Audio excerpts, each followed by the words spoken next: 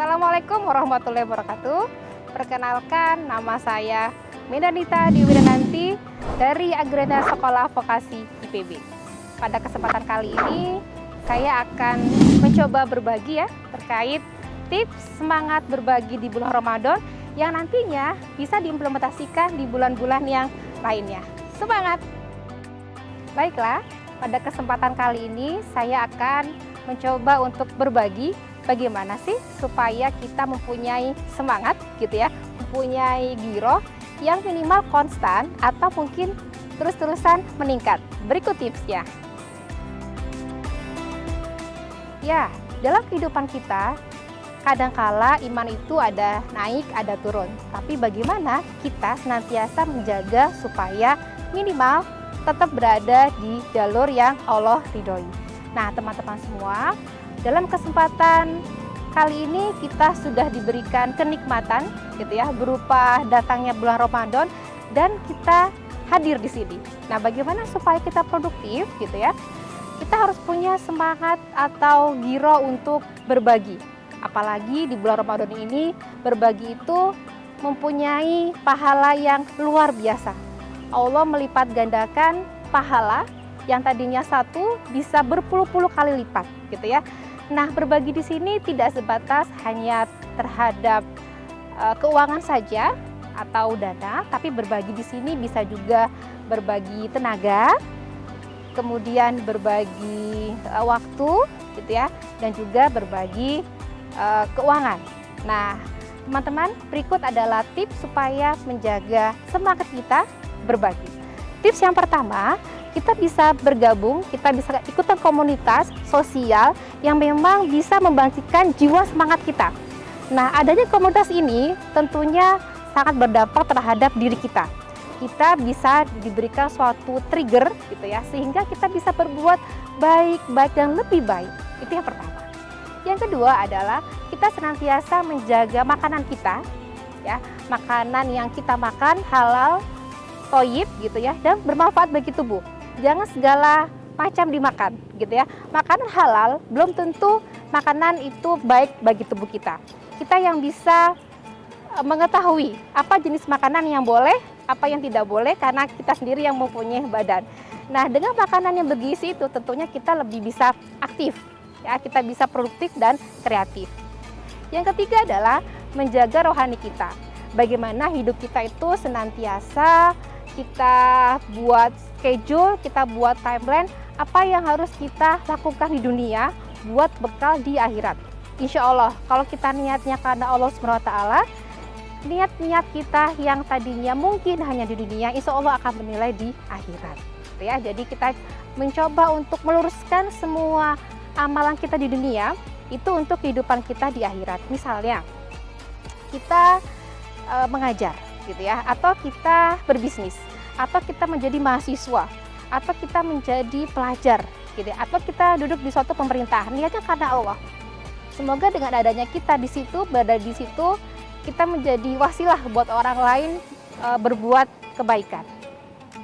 Yang keempat, tanamkan dalam diri kita bahwa kita adalah orang yang pertama yang memberikan bantuan kepada siapa saja yang membutuhkan.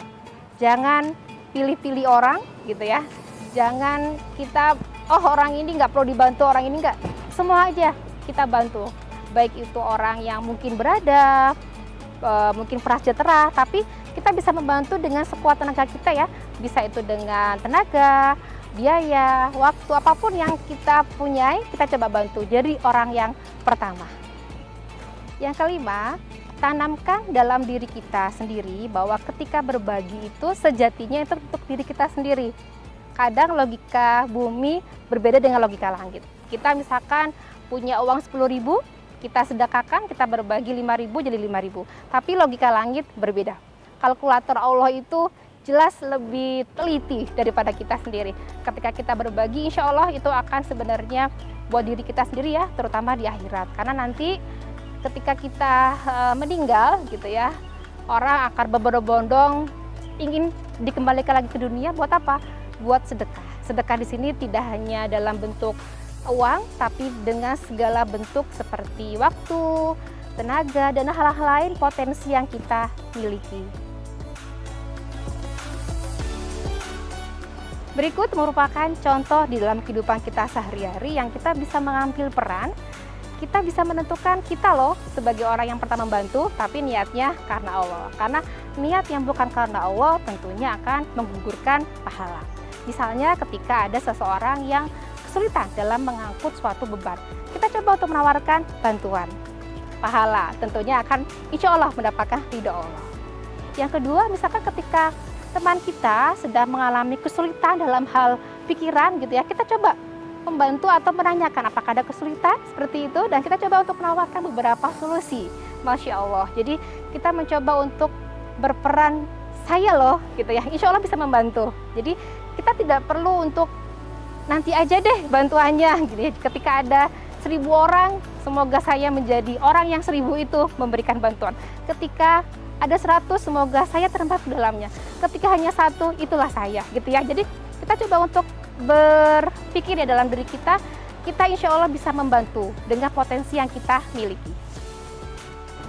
Rasulullah SAW bersabda, sedekah atau berbagi gitu ya, meredakan kemarahan Allah dan menangkal atau mengurangi kepedihan sakaratul maut. Dalam buku Fikih Sunnah karangan Sayyid Sabiq. Masya Allah, ternyata berbagi itu luar biasa. Manfaatnya, pahalanya buat kita sendiri dan buat orang lain. Oleh karena itu, mari di bulan Ramadan ini kita mencoba untuk berbagi hal yang kecil dahulu gitu ya. Kalau kita punya target di bulan Ramadan, yuk kita sama-sama sekarang berbagi apapun yang kita miliki, potensi yang kita miliki, karena manusia itu pasti punya kelebihan. Bagaimana jika kita benar-benar dalam kondisi orang yang sangat di bawah gitu ya? Berbagi dengan apa? Bersedekah dengan apa? Dengan zikir-zikir yang kita bisa lantunkan. Bacaan subhanallah, walhamdulillah, wala ilaha illallah, wallahu akbar. Demikian tips semangat dari saya. Semoga semangat ini juga bisa kita tularkan tidak hanya di bulan Ramadan, tapi tentunya juga di bulan-bulan berikutnya. Semangat berkarya, semangat produktif. Kami tutup. Assalamualaikum warahmatullahi wabarakatuh.